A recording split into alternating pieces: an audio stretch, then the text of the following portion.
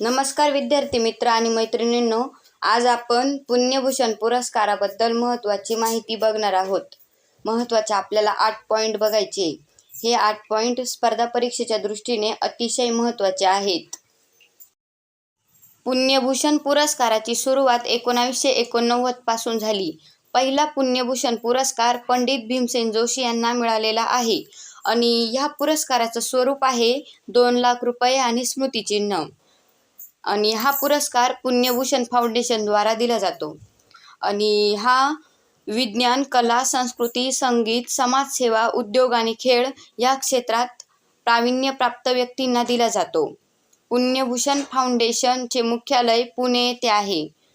त्यानंतर पुण्यभूषण फाउंडेशनचे संस्थापक म्हणजे अध्यक्ष आहे डॉक्टर सतीश देसाई आणि या पुरस्काराची घोषणा 23 मार्च रोजी होते.